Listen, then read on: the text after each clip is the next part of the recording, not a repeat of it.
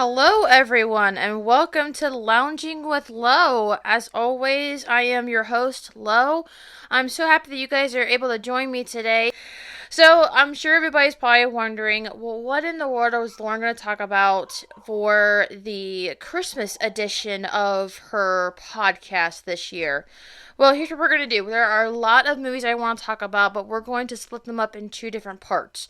So I have some from the 40s all the way up until the present day area here, or at least in the almost in the 2020s era.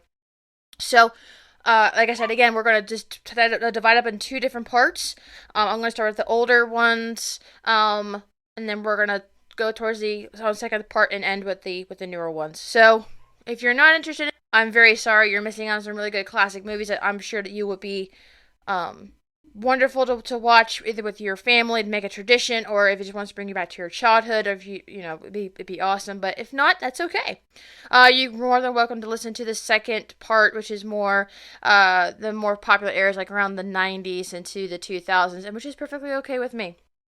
So before we get started, guys, we are going to talk about something that's happening next year. So I'm going to be starting a brand new podcast soon in January, I'm hoping.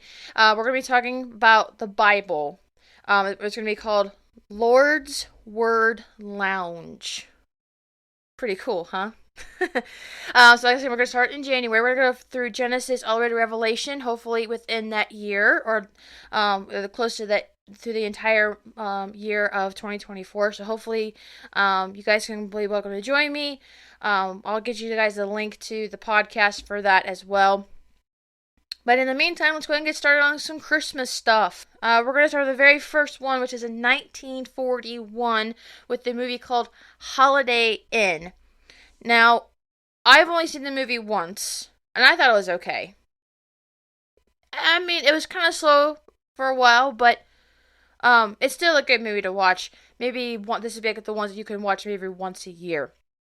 It has the wonderful Bing Crosby, Fred Astaire, and Marjorie Reynolds. This is about a trio that splits off and does their own thing. Whereas Bing Crosby's character owns a farm, and then he later on decides to open up an inn, and has different things happen within the movie and things of that nature as well. The song White Christmas. Where the treetops glisten and children listen to hear sleigh bells in the snow. Now, everybody obviously, thinks it came from the movie White Christmas, correct? That is wrong. White Christmas actually came from this movie Holiday Inn, which I didn't know that until I watched the movie. Like, wait a minute, what? I've only heard White Christmas through the White Christmas movie. No. And it also won Best Song Award in 1942. So that's the most iconic song that everybody obviously knows, whether you're my age or older or even younger. So there we go. Alright, so the next one from the 40s is Meet Me in St. Louis. Now, I know it's not an actual traditional Christmas movie. We'll talk about the next one here in just a few. We'll talk about another non-traditional one here that is a big controversy about. We'll talk about that either in this podcast or the next podcast. Meet Me in St. Louis, or St. Louis, depending on how you say it. It's based in 1903, where it tells about a story of the family that live in St. Louis, or St. Louis. And along the way, they find out news that their dad has to move away from St. Louis. And there is a little bit of the winter portion of 1903 in there. And it has the wonderful Judy Garland, Margaret O'Brien, Mary Astor, Tom Drake, and Leon Ames. Now, if you guys don't remember, if you guys have ever watched Little Women from where June Allison, Elizabeth Taylor, Janet Leigh, and Margaret O'Brien, Mary Astor played their mother, or who they called Marmee. That's what they called their mother. So Margaret O'Brien and Mary Astor came back together in this particular movie as well. So The reason why I say Meet Me in St. Louis is a Christmas movie is because this is the iconic song Have Yourself a Little Merry Christmas came to come around.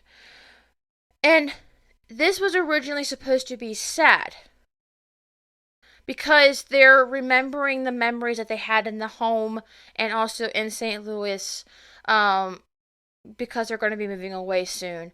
It's still a good movie. I would watch it, but like I said, it's not a traditional Christmas movie to watch, as well. So I just wanted to give you a little bit of a tidbit for that one. Now, another iconic movie from the 40s. This is the last one that we'll talk about within this decade. It is the wonderful, um, It's a Wonderful Life. No pun intended for that one, right? It's a Wonderful Life as a base is basically as a story about George Bailey and how everything just went wrong in his life. He wanted to travel and he wanted to build things, but life kept getting in the way. And it just aggravated George Bailey so much that he just wished that he was never born. And he got that wish to a point where he no one knew who he was. You've been given a great gift, George. A chance to see what the world would be like without you. Obviously, Jimmy Stewart plays George Bailey. Donna Reed plays his love interest, Mary. Henry Travers, I believe, is Uncle Billy.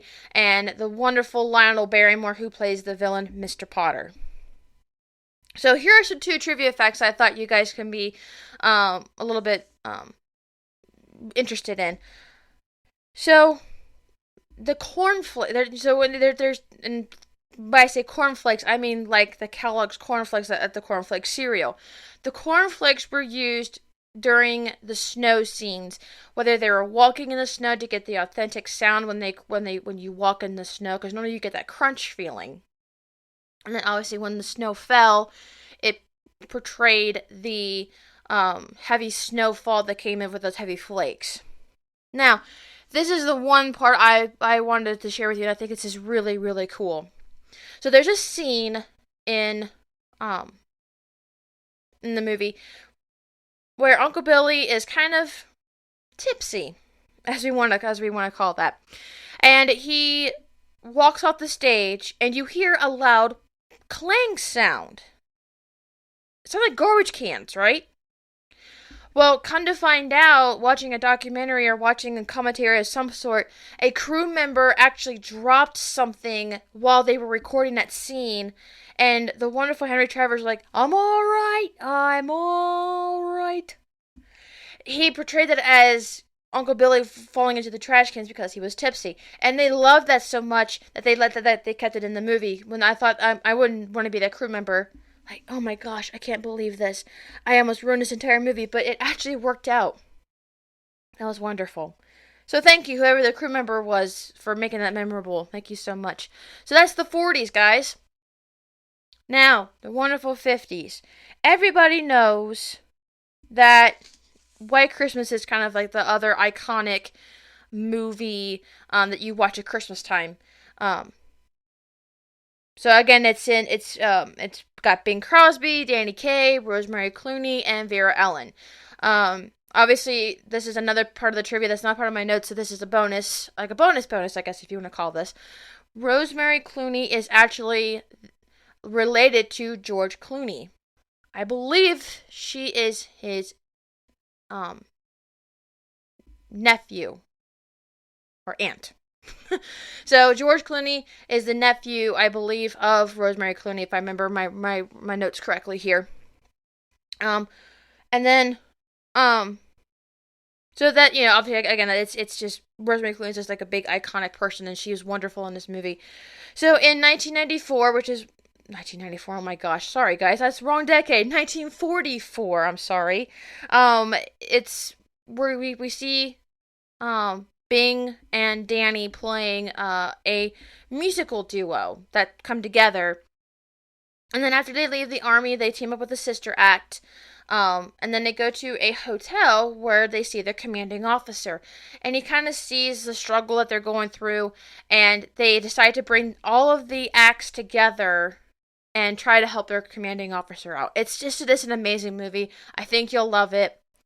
So here is another bonus trivia for you guys. So Danny Kaye was actually a last-minute replacement to be in this movie.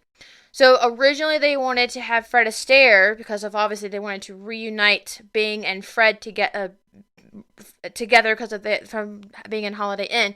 Well, something must have happened and he couldn't do the part. So they tried to do Donald O'Connor. Donald O'Connor played in Singing in the Rain with Gene Kelly and Debbie Reynolds. Well, something must have happened in there and they didn't do that movie together either. So that's why they decided to get Danny Kaye. But Danny Kaye played this role very well, and I love it. And Bing and him, it's so amazing, the scenes that they had together. We can't get, we fill in with the Haynes sisters. How much is wow? It's right in between ouch and boing. Wow. So, that is the 50s. Now, guys, we're going to go ahead and get into the 60s, the wonderful 60s. Let me get my notes here. So while I'm getting my notes out here, guys, don't forget to follow me on TikTok, Facebook, Twitter, Instagram. All of the links I put on there for my podcasts are in my Facebook page. You can follow me. You can listen to me on all the major streaming providers, Apple Music for podcasts, Spotify, Pandora, Apple, Amazon Music, all that fun stuff there. Everything's on my link there. Okay, let's talk about the 60s, guys.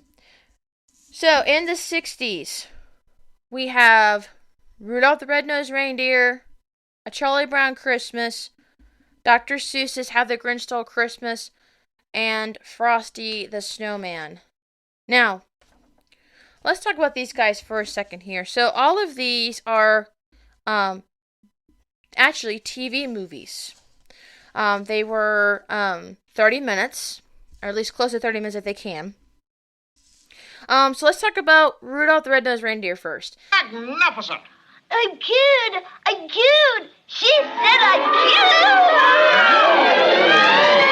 cute! So, Rudolph the Red-Nosed Reindeer, obviously, as everybody knows, it is claymation or still animation.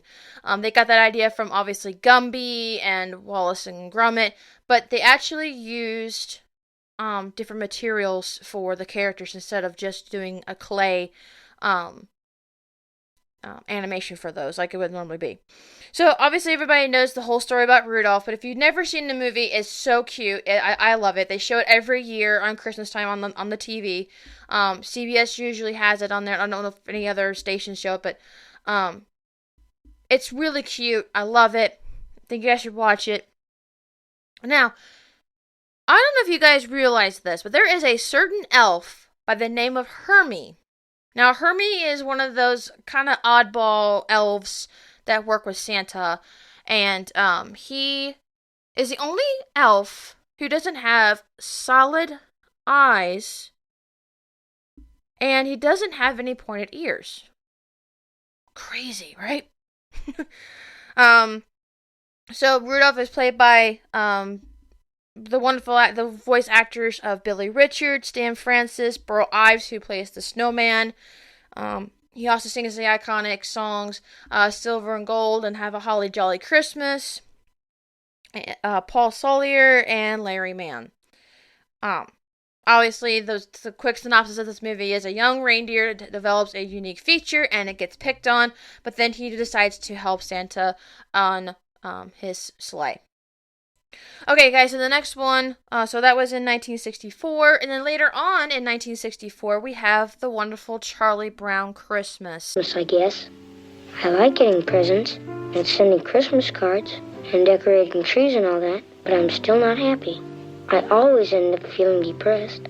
Now, Charlie Brown Christmas is another one that's very iconic. I love it as well.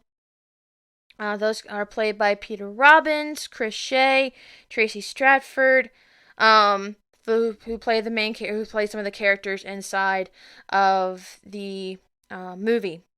Now, everybody probably knows the whole synopsis or the storyline of Charlie Brown. Charlie Brown's very depressed around Christmas time, but he wants to know what the true meaning of Christmas is. Like, what is Christmas all about? Well, what I love about this is the most iconic scene in here, and it's Linus quoting scripture. He is basing his monologue from Luke chapter 2, verses 8 through 14. And that's never been done before on television, especially for this one. And again, there wasn't a laugh track on there. They used real kids instead of adults who can do the ability to do kid voices. And again, they use a biblical reference for what Christmas is really all about. It's not about the presents or the lights or tinsel and all stuff like that. It's about God, is what they're trying to say. So you'll learn more about that in my podcast about the Bible when we get to that portion there.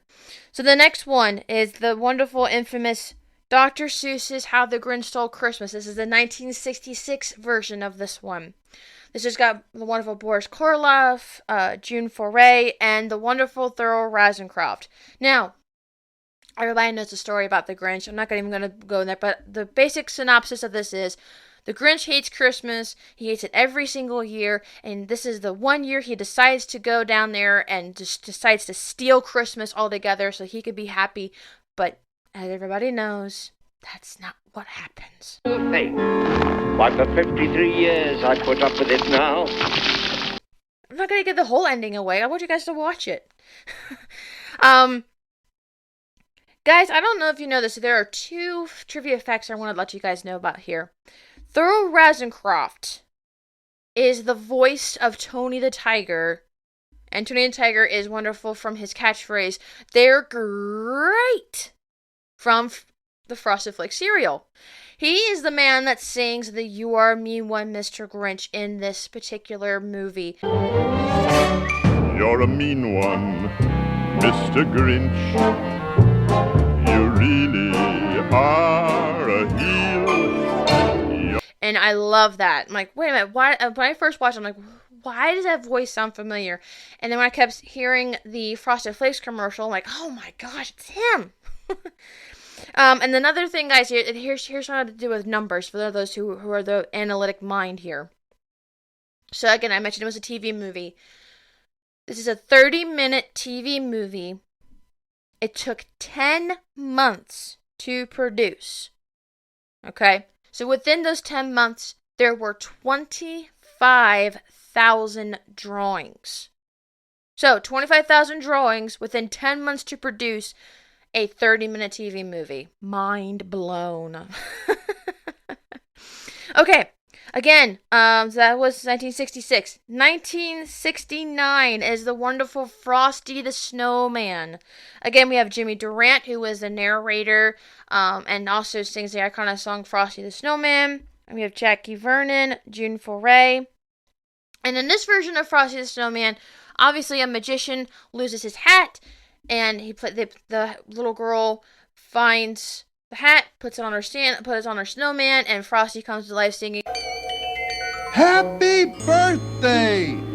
So he had to have a lot of fun before he melts away, right? So, here's a little bit of a trivia fact. Obviously, this was back from last year when I looked it up on IMDb, but they say that the tickets to the North Pole in 1969 would have cost $3,000.04. Okay, which is equivalent to $24,360.98 in 2022. $24,000 just to buy a train ticket or just a ticket in general to go to the North Pole. That's crazy. I don't think I would spend that much money. Not even $3,000 in 1969. That's just crazy. But that's just how the math was, and that's how money was back in the day. Alright, guys, so that was the 60s. We only had one movie in the 70s, I believe. Yes, it was only 1970.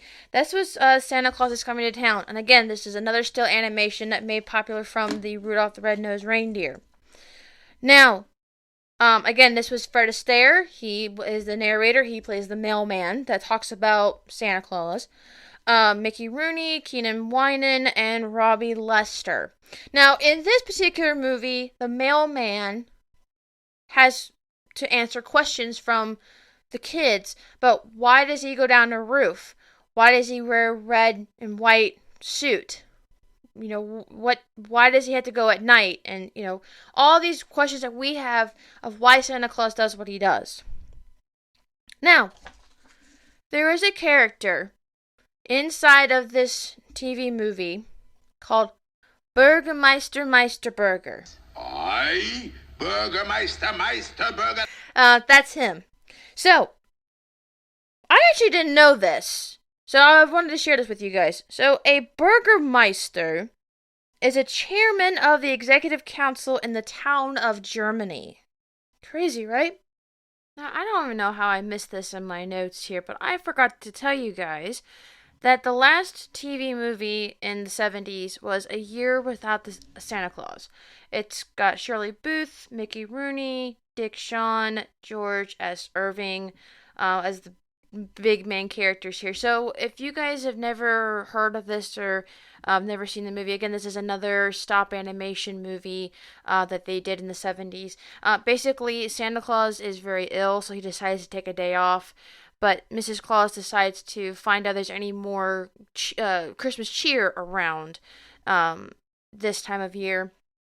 And they make some new friends along the way. And we hear the infamous Heat Miser and Snow Miser song in here, which is, like I said, well known. Here's a little bit of a trivia for you guys. This is again from IMDb. Mind your blood pressure, hotcakes. Mother warned you about that low boiling point of yours. The appearances of Snow Miser and Heat Miser were based on the voice actors Dick Shawn and George S. Irving. Okay, guys, we're going to talk about the 80s. Now, if memory serves me correctly, and I might be wrong, but I'm double checking my notes here. I'm trying to see if this particular... Yes, okay. So, here is one of the controversy ones that I think is in a Christmas movie, but I might have fans of mine who think, yes, it is. Die Hard. Die Hard, it was back in the 80s, 1988, and obviously Bruce Willis plays the wonderful John McClane in there. Now, guys, they say that because it's based on a Christmas party, they say that Die Hard is a Christmas movie. I don't think it is, but what do I know? I've never seen the movie. I've only seen bits and pieces, and I only know the iconic line, which I'm not going to say on the air, because it's not a very nice thing to say, but you guys know what the iconic line is for that one. Okay, so, enough about Die Hard. Let's talk about our wonderful 80s era here for Christmas movies. I had 80s in here somewhere. Oh, here it is. A Christmas Story. Yes, A Christmas Story. And yes, you can kind of tell by my tone that I'm not a big fan of The Christmas Story. And the reason why I say that is because I want to say Christmas Eve into Christmas Day, they play it over and over and over and over again, and I just like, okay, once is enough. You don't need to watch it on an all-day basis. Obviously we have Peter Billingsley, who plays Ralphie, Melinda Dillon, Darren McGavin, and other wonderful actors and actresses who played in this movie. So, there is a little boy by the name of Ralphie, and as everybody knows from watching A Christmas Story, he wants to have a Red Ryder BB gun for Christmas, and he wishes it all the month long. He writes about it in school for a paper, he talks about it all the time, and he gets the infamous, "You'll shoot your eye out, kid." Shoot your eye out? Oh no, it was the classic mother BB gun block. You'll shoot your eye out. Here's a couple tidbits here, guys. So, the Red Ryder BB gun actually became popular from the Daisy rifle. And did you guys also know that this movie actually inspired someone in the TV movie industry to produce a show called The Wonder Years? Because if you watch the movie, you see a little boy, Ralphie, and then you have the adult talking about what happened in his life. You know, like, oh, my mom had me put on this pink bunny soup from my aunt, and she does it every year. You know, the whole narration. So that kind of inspired how Wonder Years came to be. Alright, guys, we're going to go ahead and... I think that's everything from the 80s as far as I can tell. We're going to work on the 90s, and then... Actually, no. I'm going to leave you with a cliffhanger. I have taken up a lot of your guys' time, but tune in next time for part 2. We're going to go from the 90s all the way up to the 2000 and era here.